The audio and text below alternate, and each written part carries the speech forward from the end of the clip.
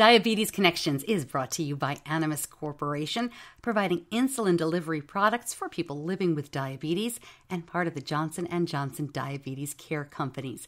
And by Dexcom. Take control of your diabetes with the world's first continuous glucose monitoring system that sends glucose readings directly to your compatible smart device. Live life on your own terms with Dexcom. Hey, it's Stacy. This podcast is not intended as medical advice. I'm not a doctor. If you have those kinds of questions, please contact your healthcare provider. This is Diabetes Connections with Stacy Sims. This week, live TV every day with type 1 diabetes. What's it like to do a morning show, getting up in the middle of the night to deliver the news of the day, when you also have to think about where your blood sugar is? But I just try to always be prepared for that as much as I can. I think I have two big containers of juice boxes in my desk drawer. I'm like, all right, in news business, something's going to go crazy. And I know my diabetes will probably do the same. So it's trying my best. My guest, Cristina Frank, shares her story, how she got to WMTW in Maine, how the Babysitters Club books helped a cousin figure out Cristina had T1D as a kid, and how much the news business has changed. Plus, last chance to enter our holiday contest, a partnership with Sierra Sanderson and Sugar Linings Swag. It all starts now on Diabetes Connections. Welcome to Diabetes Connections. I'm Stacy Sims. I am thrilled to have you along for another week. If you're new to the show, hey, welcome. Glad you found us.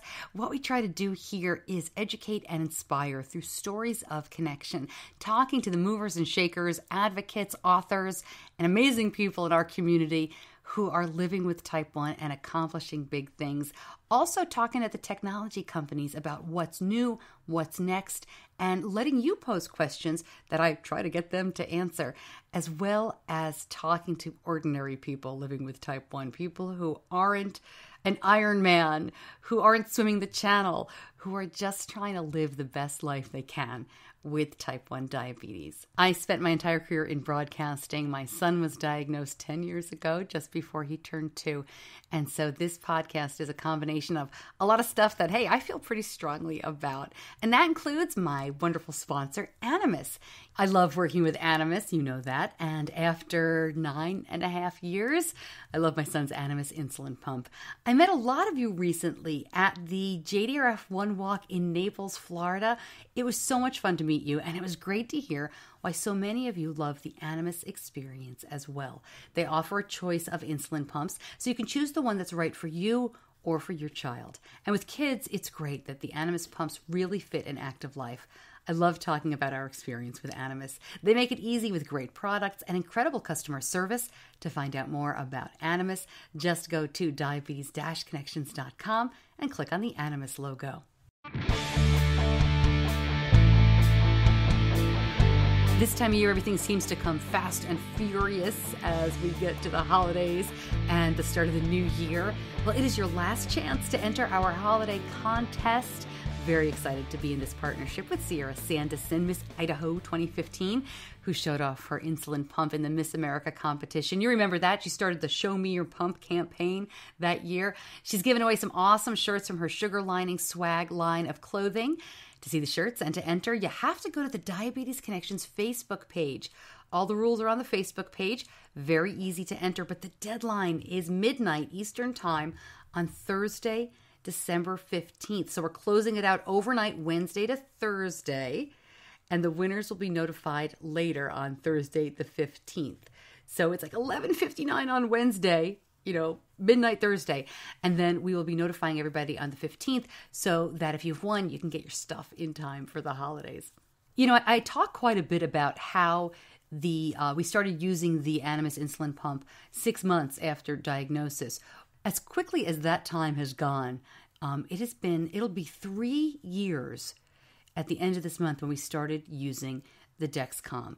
And, one of the biggest surprises to me when we started using the share functionality of the Dexcom system was how much more independence it's given Benny. Knowing I could help him manage diabetes in real time, whether he's at a friend's house, school, a sleepover, on an overnight field trip, It gave me peace of mind while letting him be the kid he wants to be. With the Dexcom G5 mobile CGM system, dynamic glucose data can be accessed and shared safely and conveniently anywhere, anytime, to your compatible smart device as long as there's an internet connection. The Dexcom G5 Mobile is the only CGM approved for adults and children ages 2 and older with diabetes. For more information, go to Dexcom.com. My guest this week reminds me a lot of me, if that's okay to say. Like Cristina Frank, I hosted a morning news show. Like her, I followed the snowplows to work some days, and I moved around to move ahead in the news business. That's just what you got to do. But unlike me, she has the added challenge of managing type 1 diabetes while waking up in the middle of the night to go to work, writing, reporting, and delivering the news, and then keeping it all together on live TV for a couple of hours every day, while looking fabulous like all those news people do. She has a pretty scary diagnosis story, though. She now lets her parents follow her blood sugar with a Dexcom Share. There are rules. We'll talk about that. And she's engaged to be married this summer. Great to talk to Cristina Frank. Cristina, thank you so much for joining me today. I am excited to talk to you not just about type 1, but about the news business, spending a lot of time in that myself. Thanks for being with me. Oh, Stacey, thank you so much for inviting me. I'm so excited to finally, we've talked so much, I feel like, on Twitter and social media. I'm like, I could actually talk to Stacey in person. It's so amazing. I feel like I know so much about you without even uttering a word to you until today. Oh, gosh. Well, that's a little scary, but fun to hear. But I know exactly what you mean. Mm-hmm. So let's start, if you don't mind, just by talking about when you were diagnosed. You were in middle school? Yeah, I was in 6th grade. It was January of 1996. I had all the classic diabetes DKA, signs that, my doctor didn't notice. I was really active. I was doing dancing, tap, ballet, and jazz. And my dance teachers noticed, that I was drinking a lot of water. I was always getting water breaks, and I was tired. And, being 11 years old, I was losing a lot of weight very rapidly. So my mom noticed this too. So we went into a doctor's office, and this was probably around the holidays, around December. And they said, well, it's not mono. Maybe she's just tired. It's the winter time. I was growing up in Massachusetts, and they said, we don't see anything. Of course, they missed, the simple blood sugar test that would have showed it. But what was funny at this time, so I was 11. I had a younger cousin who was 7 or 8, and she had been reading the Babysitter's Club books. Oh. That were all the rage. And, of course, they have the character Stacy, who has type 1 diabetes. So all my family was talking about all the symptoms that I was having, and my 7, 8-year-old cousin Brittany goes, I think Chrissy has type 1 diabetes. And they're like, no, she doesn't. She doesn't know what she's talking about. Well, then fast forward 2 weeks later, and I continued to go downhill. One night, it was like the big blizzard in New England of 1996, January 9th. And I went down really fast. My kidneys started shutting down. I was throwing up, and it was such a bad blizzard, the ambulance said they couldn't get to us. They would take 2 hours. So my parents, and they'll do anything for their kids, got in the car. My dad drove on the Mass Pike in this blizzard. We shouldn't have been on the roads, but we had no other choice. I was going downhill so fast. I remember my dad, he went to carry me from my bedroom to put me in the car because I had absolutely no energy whatsoever. And it hurt me to have him touch me, like that pressure on my skin, like it was just really bad. Oh. So we went to the doctors, and we got there in time. And at this point, my kidneys were definitely shutting down. They said it's kidney stones or it's diabetes. My parents are saying, what's diabetes? They did the blood sugar check, and I was 690. Wow. So we were at the hospital where I was born, where my pediatrician was. This was right outside Boston. And then the doctors went to my parents and said, there's nothing more we can do for her here. She needs to go to some place that has an ICU because they're worried about any issues, with my blood sugar coming down so rapidly. So then during the middle of the blizzard, we took an ambulance to Boston Children's Hospital, which I credit with saving my life. And we were in the ICU and, went through learned a completely new way of life. And I was there for about a week or two and came home and, had a completely new way of doing things. Our life was kind of upside down, as everyone knows. Do you remember, I know you said you remember the blizzard and maybe driving. Were you well enough or were you aware enough to remember any of the other things that were going on? Do you remember going to that first hospital and having to go to another hospital? I do. I don't remember I didn't really understand the impact of the hospital saying, listen, there's nothing more we can do here. Oh, wow. Because I was just so young and so sick. But actually, it's like, when I look back, I remember it kind of with some haze. But I remember, and I remember being in the ICU at Boston Children's Hospital. My mom, I love my mom. She would not leave my side. She stayed there with me the entire time. I remember looking over, being, hooked up to everything. I looked over and I said to her, "Thank you for bringing me here." Oh. And she said, "What?" And I said, "I was so sick." I said, "Thank you for bringing me here." And I remember her crying. And like now, being older and now understanding, I'm like, I can't, like an 11-year-old is saying that. And I meant it, So like, I definitely remember it. It's funny when I look back at my diagnosis and them saying, "Hey, listen, you have to do blood sugar checks. And this is, for the rest of your life. And you need to do injections." I never remembered being like, "Wait, hold the phone. What's going on?" I think kids are just so resilient. And, you're just like, "All right, this is what I have to do." Like, it never was a shock to me. I think my parents and my family and my friends made it so everyone really understood on it. And everyone really, they wanted to be invested in like my diabetes, and all my friends would help me check my blood sugar. They never made it where it was something that I thought it was different, or I thought it was something that was scary. So well, and you were so sick too that I think even at 11 you knew something had to have changed. Right? I mean, yeah, and everyone jumped on board, but I noticed it first when I came home. I wasn't giving myself injections yet, so my mom was. So that limited me being able to go to sleepovers and, go out with my friends. So if I went someplace for a birthday party, my mom would have to come and get me at 9, and I have to go home. So after a couple months, I said, around that age, like the tween age, you still want to go out with your friends and do sleepovers. So I think it took 2 to 3 months until I learned, and I said, okay, I want to learn how to do my own injections. I want to be able to stay with my friends and do that. And, my parents gave me that freedom, and they were always there as my safety net to catch me. That's great. What kind of conversation did you have with your cousin who'd read the babysitter books when you got home from the hospital? Oh my gosh.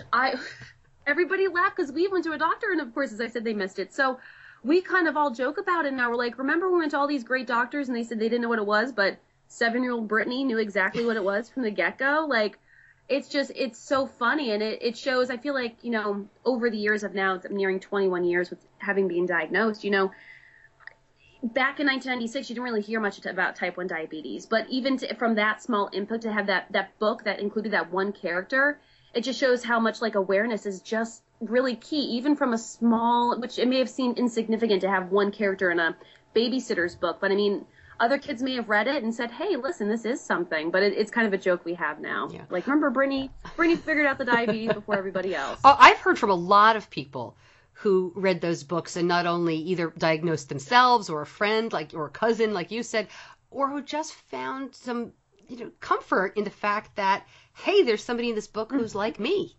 I think that's great. Exactly. Yeah, it didn't seem so foreign, and as you said, they can relate to it, and just makes it less scary, which I feel like is the biggest thing. So what was your routine when you were diagnosed? I assume this is just before insulin pumps, or maybe right around that time? It was around the time. So I was diagnosed in 96. Okay. And so I was on injections, and then when I went to high school in, what year was that? I think it was 99, 2000. We were lucky, and I'm very thankful for it. We're right near Boston, so there were a lot of, medical studies and stuff going on. My mom heard about a medical study with the early stages of inhaled insulin. So I was doing about, 5 injections a day, and I was still on NPH and regular. My mom said, well, let's see what this is. This could take some of the injections away. So for 3 years in high school, I was part of an inhaled insulin study. And so that was great because I only had to take my long-lasting insulin. So I got rid of 5 injections a day, which was, incredible. So I was on that for about 3 to 4 years.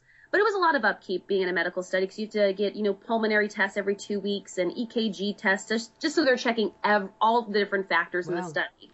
So when I went to college, I wanted to stay on the study because I couldn't imagine a life going back to all these injections. But, I mean, to go home every 2 weeks, it just wasn't a college lifestyle. It just wasn't, it didn't fit into, my new world. So then that's when I went on the insulin pump, and I was very, very leery to have it because I didn't want something on me that screamed diabetes. And that was my big fear.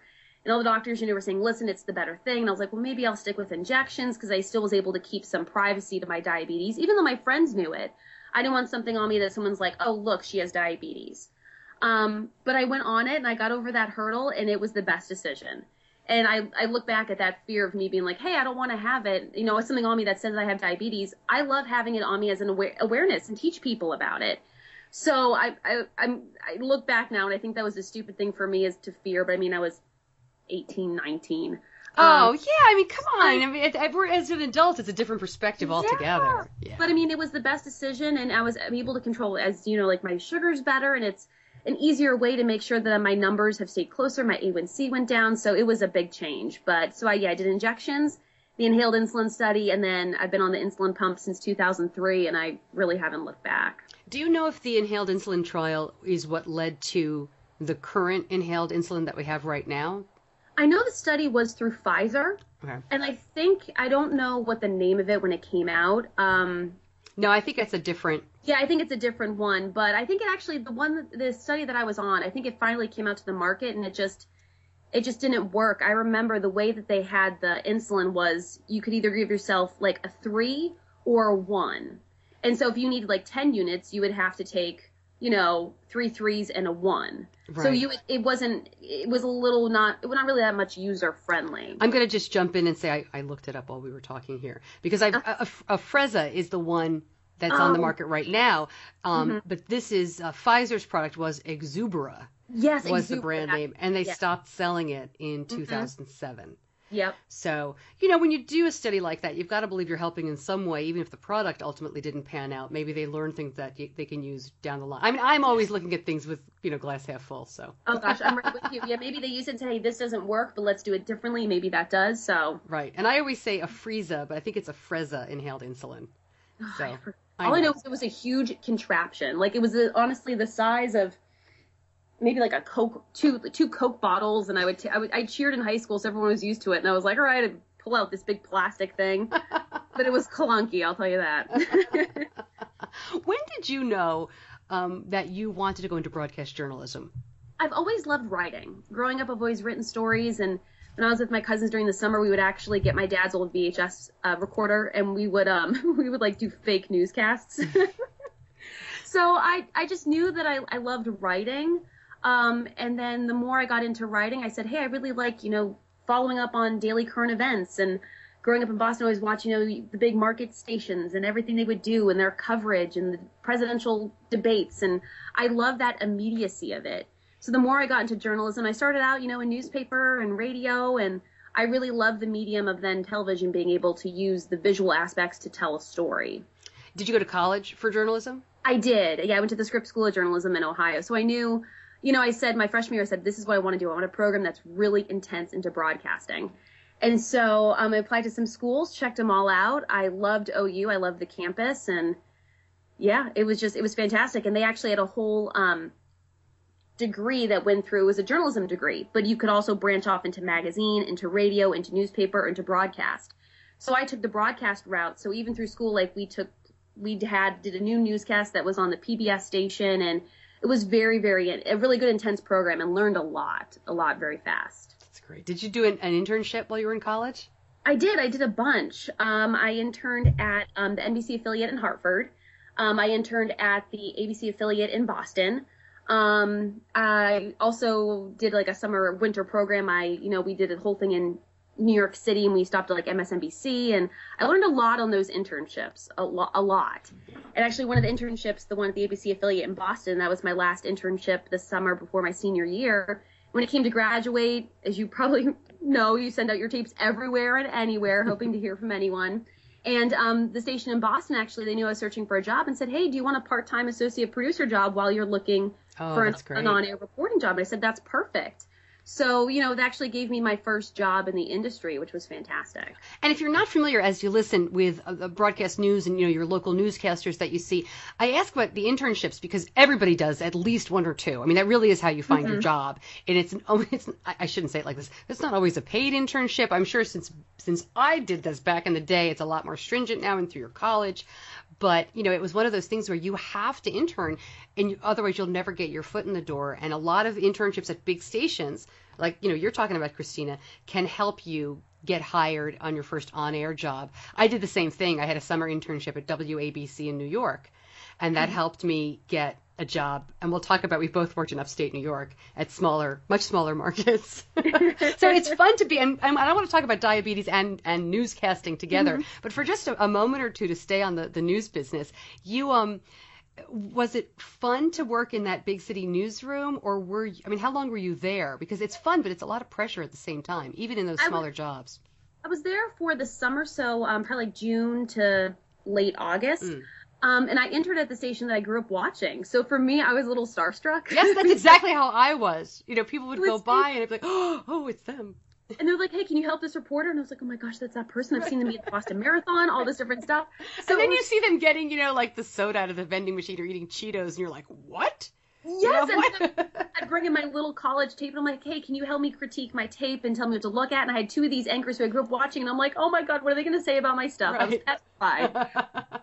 But it was really helpful. So it was fantastic. I loved it. I learned a lot. It gave me, from working in college where it was a very much smaller station. I mean, you're talking apples and bananas about sizes of newsrooms. Right. But it helped me set, like, listen, this is my goal. This is what I want. And I learned a lot, but I kind of laughed when you said most internships, and especially I feel like in broadcasting or, back when I was in college, were unpaid. Yeah. So I remember I had one internship that it was 3 days a week. And so the other 2 days I worked at one of my hometown ice cream shops. So it was kind of funny. So like one day I'd be like in the newsroom helping to write news stories. The next day I'm like making your clown sundae with like extra sprinkles on top. It was just like such a weird transition, but I mean, you just have to kind of make it work.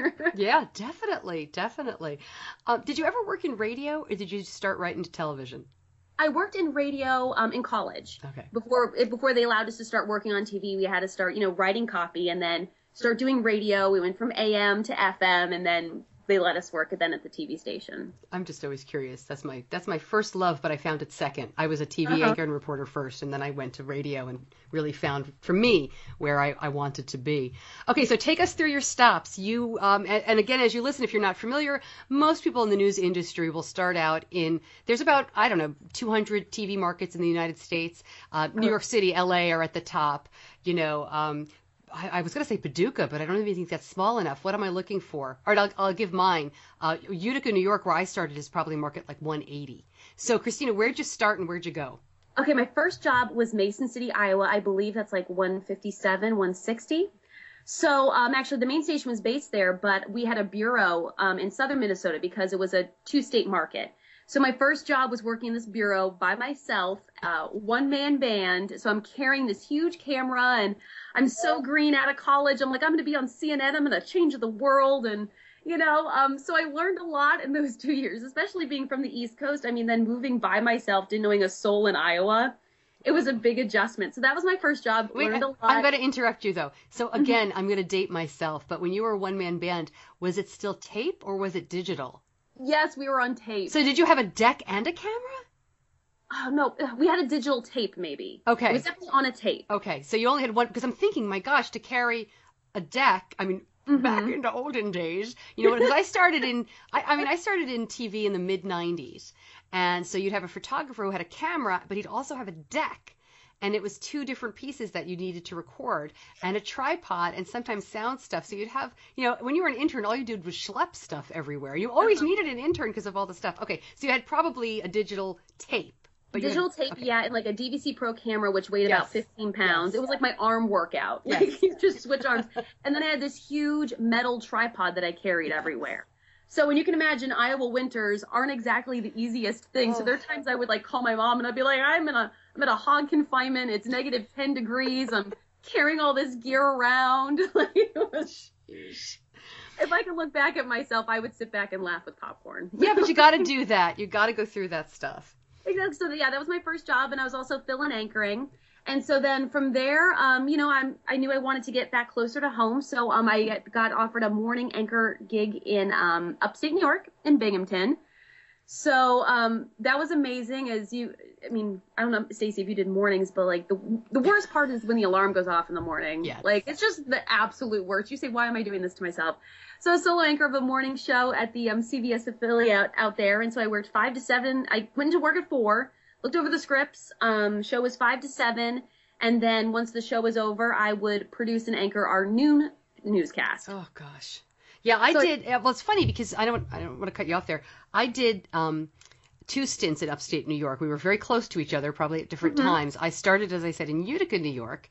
I worked at 2 stations there, and I was the reporter at one station for 6 months, and then the other station called me up and said, we want to make you our anchor. And I was like, I don't know what to do, and of course my advisor, I had a college advisor that I kept in touch with. He was like, if you don't take that job, I'm never talking to you again. And it was literally across the street from the other station. Oh so my God. I walked across the street, and that's the TV station where I met my husband eventually. It's a funny story. But then I moved to Syracuse 3 years later, and I did morning television in Syracuse, New York. And as you say, the alarm goes off, and you're just like, what am I thinking? And then in Binghamton too, I'm sure half the year you're driving to work in 3 feet of snow at 3 in the morning. And no one's really out plowing. The best story I have is, I think, of course, we had one of the hundreds of blizzards, that happened over, I think this was 2011. So the station had us, when there was a really bad blizzard, they would have us all stay at the hotel that's at the bottom of the hill where our station was, just so we would be closer. So one morning I had to be at work at 4, so I woke up even at like 2:15. I gave myself half an hour to literally go a mile. So I wake up, they didn't plow the parking lot whatsoever. My car is like in 10 inches of snow. And I was like, oh my gosh, I'm the solo anchor of the morning newscast. I have to be there. There's no way I can walk a mile uphill in the snow and then be camera ready. That's just not possible. So at that same moment, as I'm like, what can I do? I'm by myself. I was like, I just have to make it work. I see a plow go by. Stacy would have laughed at me. I ran after this plow. 2:30 in the morning. I'm in my boots in this huge Eskimo jacket running after the plow. The guy finally has mercy on my soul. He stops. And I say, sir, I was like, I'm your morning anchor. I work over at the station up on the top of the hill. I was like, if I give you $20, will you please just drive me up there? He's like, sweetheart, just get in. I'll do it for free.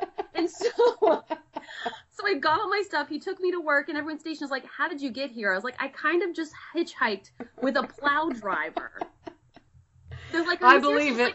Like, you have to find a way to make it work. And that's what I did. I was like, I needed to be there. My car wasn't moving. What's the next best scenario? And so thank goodness that plow driver was there. Hysterical.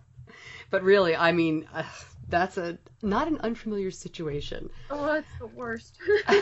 So you moved on from Binghamton. Yeah, from Binghamton, I then was offered an evening anchor job in Topeka, Kansas, where again I didn't know a soul. Wow.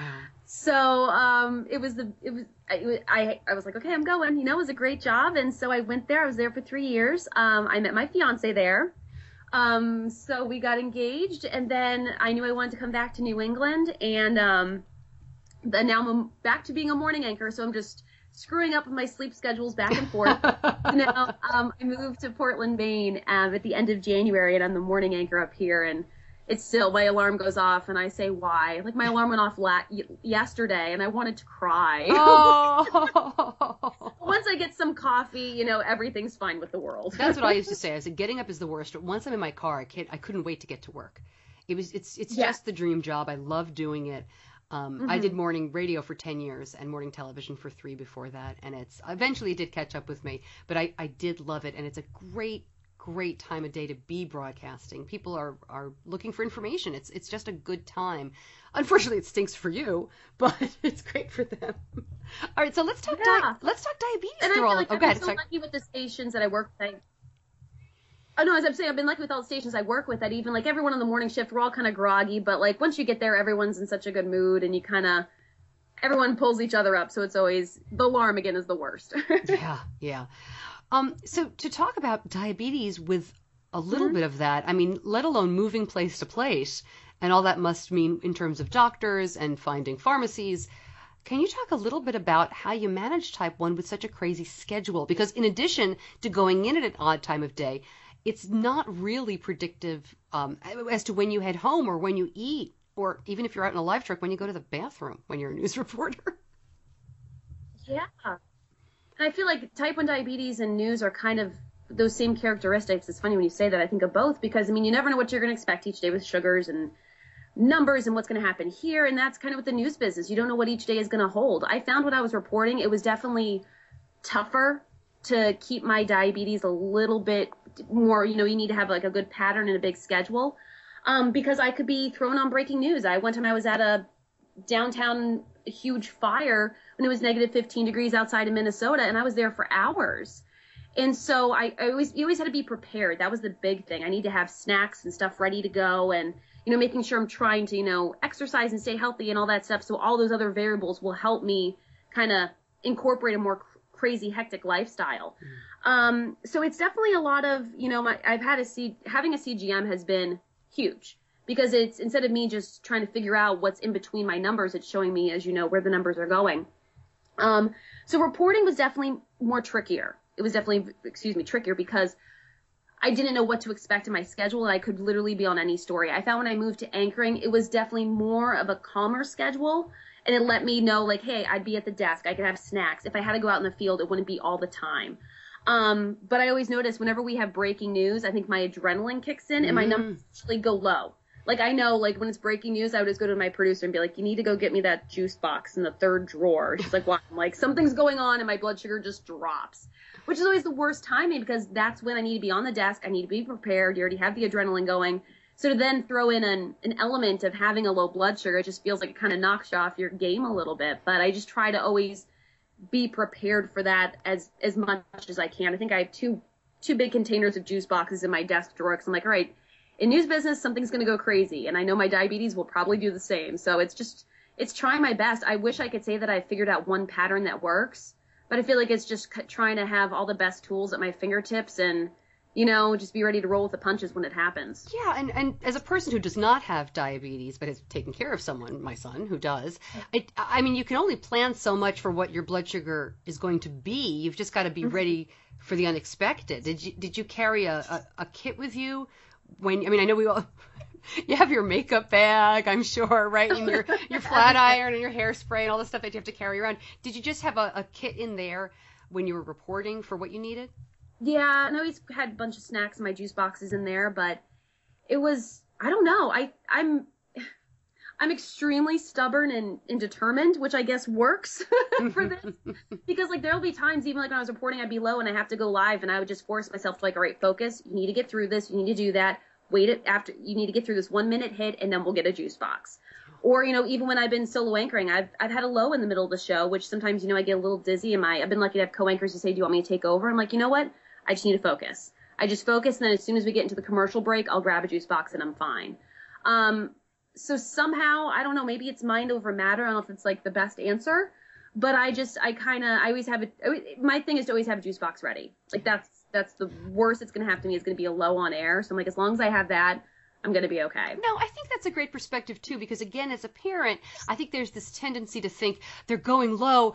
That's it. They need me. They're going to faint or something horrible is going to happen. And my son even laughs at me because he's played sports when he's on the low side. He's biked home when he's on the low side. It's not ideal. It's always better, obviously, to treat and everything else. But real life is going to happen, and he's been in situations where I'm sure he's just said, I'm going to focus and get through this, and then he'll deal with it. So no, I don't think there's anything wrong with that, but I do think it's a funny perspective that I have. Like, if your mother, I hope your mom listens to the show, but her reaction to you saying something like that would probably be similar to mine, which is, oh my gosh, you better keep that juice box close. But adults with type 1 who are listening may be thinking, yeah, I've done that.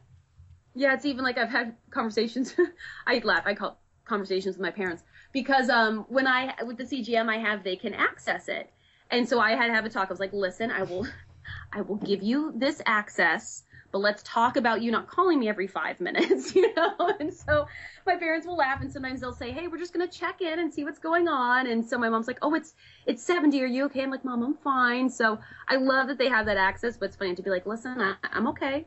If something happens, you'll get the alarm for the low. I was like, but just, we don't need to panic every 5 minutes. Well, you laugh, but this is something that I've talked about a little bit on the podcast before, and I talked to a lot of parents about it. I don't think you should share, and, the Dexcom Share or the Medtronic, whatever you've got, I don't think you should share the remote monitoring with anyone before having a conversation like that. Right. And I even think parents, I don't care how old your child is, 3 years old or 30 years old, you need to sit down and have a conversation about what you're going to use it for. Obviously, your conversation with your 3-year-old is going to be different than your 13-year-old. But my son and I have an agreement. I have Share. I can see him all day long. And we've decided this is the threshold at which I will contact him, and this is when I won't. And it really helps, because otherwise I'm looking at it all day long. Right. And so I think that's great that you were laughing. I think it's great that you do that with your parents, and they probably appreciate it because they've learned more about you just from seeing that.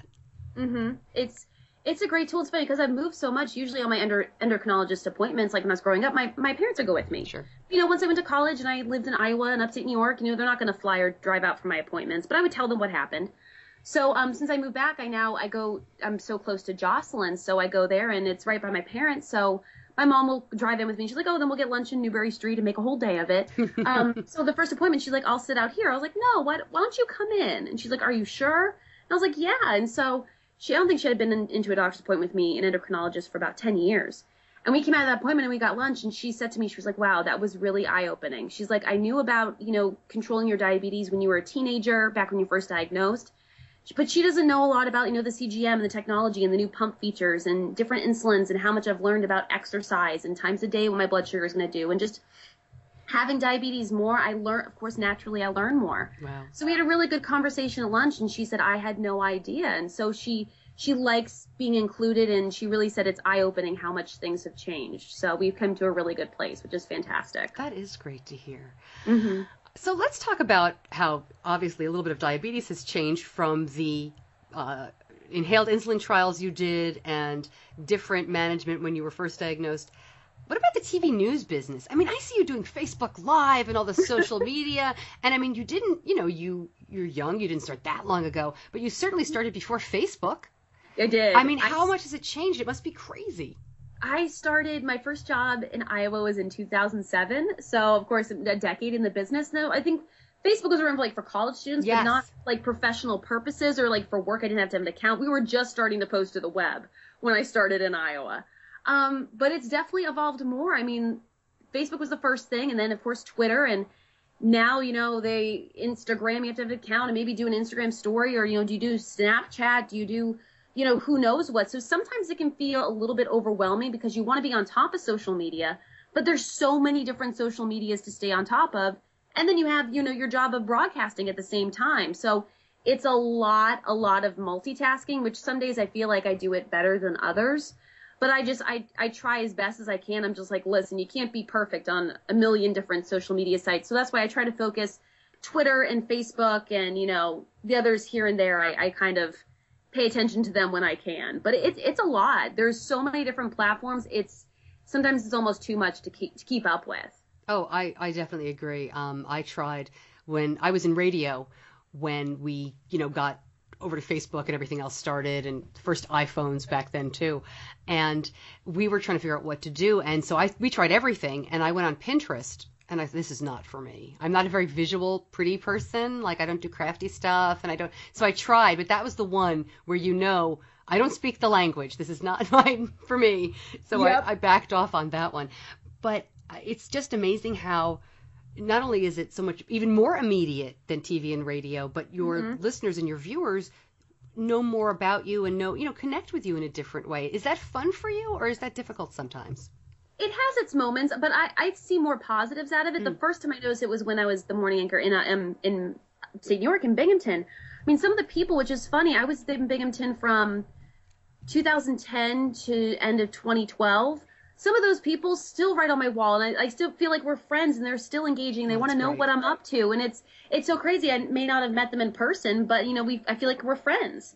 So I love having that interaction, and being able to talk to people and them say, hey, this is important to me, or they'll give me story ideas. Or it's funny, one time I even posted, something about, type 1 diabetes, and someone sent me a message back and said, hey, my kid has this, and saw that and said, listen, there's someone who I watch on TV who has it, so I feel like I've gained a lot from it, and it's been nice to have that interaction. It opens that door, and it's easier than saying, hey, send me an email, call me on the phone. People may not do that, but they may send you a Facebook message. They may send you, a tweet. It's so casual, and I feel like it's a great medium. And that's interesting, that viewer contacted you about her son. Are you active in the diabetes community? I don't want to feel like you're obligated, but I'm just curious if that's something that you do talk to your viewers about occasionally. I do, and whenever I move around, I try to be involved with, when I was up to New York, I was involved with the JDRF. I think they were based in Syracuse. I'd help out with their walks, and I want to be involved as much as I can. So even up here, I just, as the MC of the JDRF One Walk in Saco, Maine, back in September. And so I try to stay involved because I feel like it's so important, because when I was newly diagnosed, I didn't really, other than, Stacy from the Babysitter's Club book, I didn't really I didn't really see anybody who had type 1 diabetes.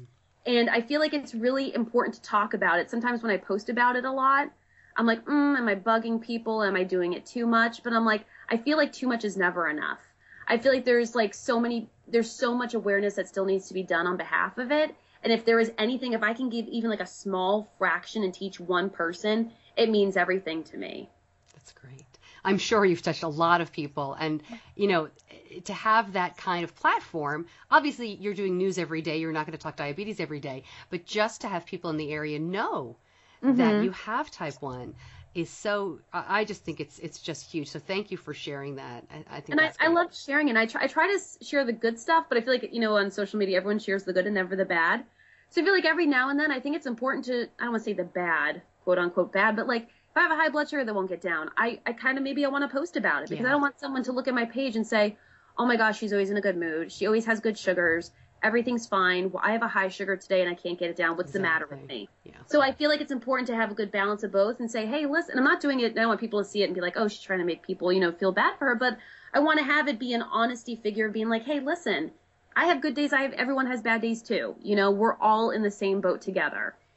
That's great. I love hearing that because it's real. Mm-hmm. Oh. All right. So I have to ask you a silly question about TV, but I used to get asked this question all the time. So let's put this one to bed. Do you have professional hair and makeup people doing your stuff? And do you have a professional wardrobe person dressing you every day? Oh my gosh, if you call a professional person me, I am the one-man band of beauty and hair. Now, we'll have consultants that come in, and I love it. People ask me that question all the time, too. We'll have consultants who come in and say, hey, I think your hair should do this. You should try doing this with your makeup. But when it comes to that 3:30 in the morning in the makeup room, it is me and my good old Velcro curlers and my straightening iron and my false lashes and my makeup and, you know, searching, you know, online shopping for the best deals. I do say, though, I do have a stylist, and that's my mother. Oh, that's great. I consider her a professional grade shopper. She'll, like, camera phones change the game for us because she'll go shopping and then she would call me to explain the dresses. And I'm like, just take a photo, Mom. So now if she's out shopping, she takes a photo and she sends it to me. And then, like, if I see her here, she'll mail me a box with all these great dresses. So people are like, oh, who dresses you? I was like, oh, it's my stylist, Joan. She's fantastic. You know, it's really just, and I love finding good deals. So, you know, as you probably was, it's me. Well, I knew that, but people always asked me, and sometimes they're really surprised. And I think some of the major markets did have hair and makeup people back in the day, but really nobody does anymore. And so kudos to all of you. It's one of the reasons why I got out of television. I had very short hair. I couldn't, now I have longer hair, but I hated doing it. I hated all the makeup. I got out before HD. Thank goodness I didn't need the high def cameras. But I used to, and this is really embarrassing to admit, but I used to keep track of what I wore every day on an index card. I would just write like the color and the suit or whatever, because I had a couple of them that would be like, you just wore that last week. Or aren't you ever going to get some new clothes? So I would try to like put it in rotation. You know, you're 22 years old. You're trying to accumulate some money. It was very funny. I may take that. What I do is I have I got it from one of the stores, so just this big clothing rack. So I actually have my closet separated where I have all my work clothes are separate on this one rack. So once I wear the dress, I put it at the end of the rack. So that way, like, it'll take a while for the dress to get up to the top. And my fiance was like, you're buying an extra rack for clothes? I was like, this is a scientific method. This is a work expense.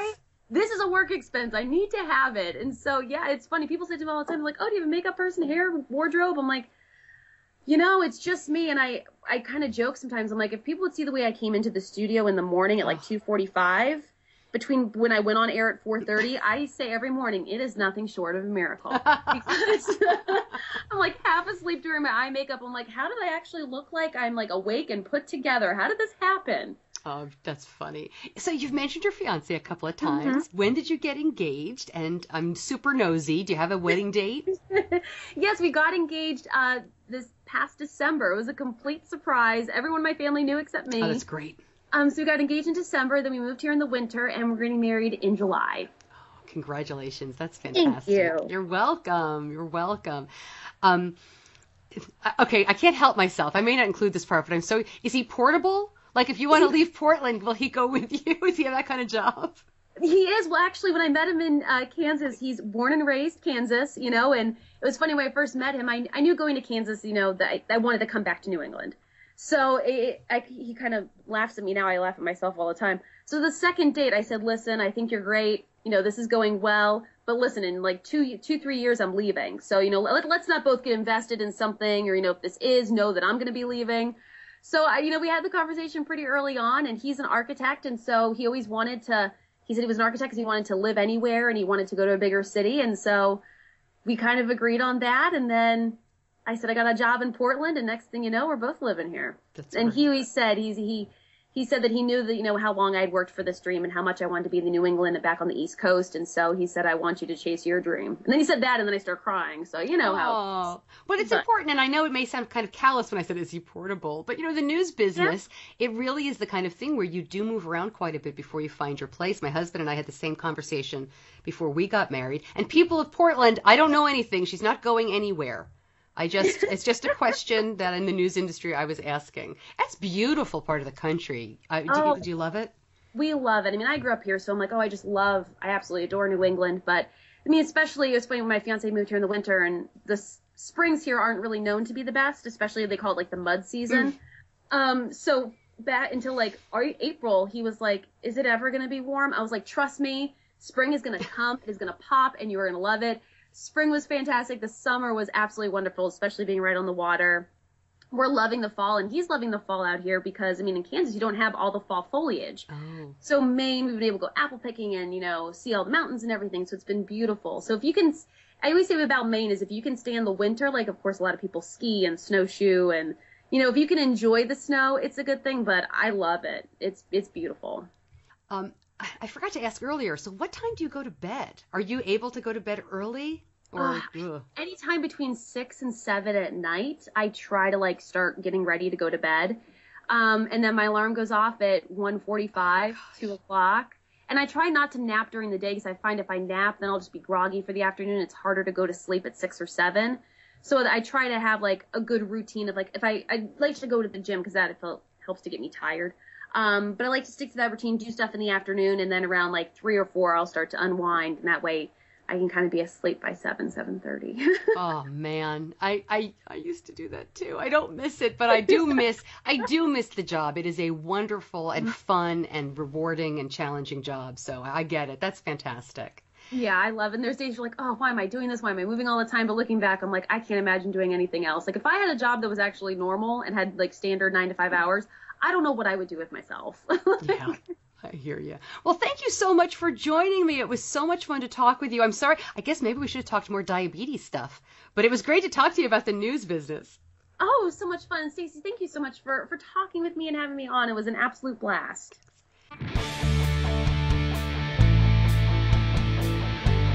You're listening to Diabetes Connections with Stacey Sims.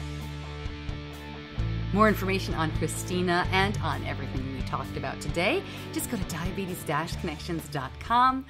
And it's fun to talk about the news business. At least it was fun for me. I hope you enjoyed it because such great people, really just smart and dynamic people in that business. But man, those hours are so tough. And I give her and everyone who does that so much credit, because I did it for 13 years, and the last 10 were in radio, where I didn't even have to have my hair done. I didn't have to put lipstick on. Nobody cared. So it was a little different, and the pressure of local TV is a little different as well. So I wish her very, very well. And man, I do not miss those early mornings or the snow, and she's got them both right now. Don't forget to enter the contest, our Sugar Lining Swag contest in partnership with Sierra Sandison. You can only enter through midnight on December 15th, so that deadline is coming up really fast. But I'm also going to have a coupon code. So if you aren't signed up for our newsletter yet, you definitely want to go ahead and do that. You can sign up for the newsletter right at diabetes-connections.com, and I'll put a link on the Facebook page as well. And along with signing up for that, if you haven't already subscribed on whatever podcast app you're listening, please go ahead and do that. Very easy to subscribe, whether you're listening on iTunes or Google Play, and that ensures you get the episode delivered as soon as it goes live. Sometimes there can be a delay, and you don't want to mess around with that. So go ahead and sign up for that. And if you like the show, please tell someone you know who's touched by diabetes. Maybe they can get something out of it as well. And follow us on social media, Stacey Sims on Twitter and Facebook, Diabetes Connections on Facebook and Twitter. And I think that's all. Did I hit them all? I think I got them all. You can always drop me an email too, stacy@diabetes-connections.com. That's enough. I'm Stacey Sims, and I'll see you back here next week. Diabetes Connections is a production of Stacey Sims Media. All rights reserved, all wrongs avenged.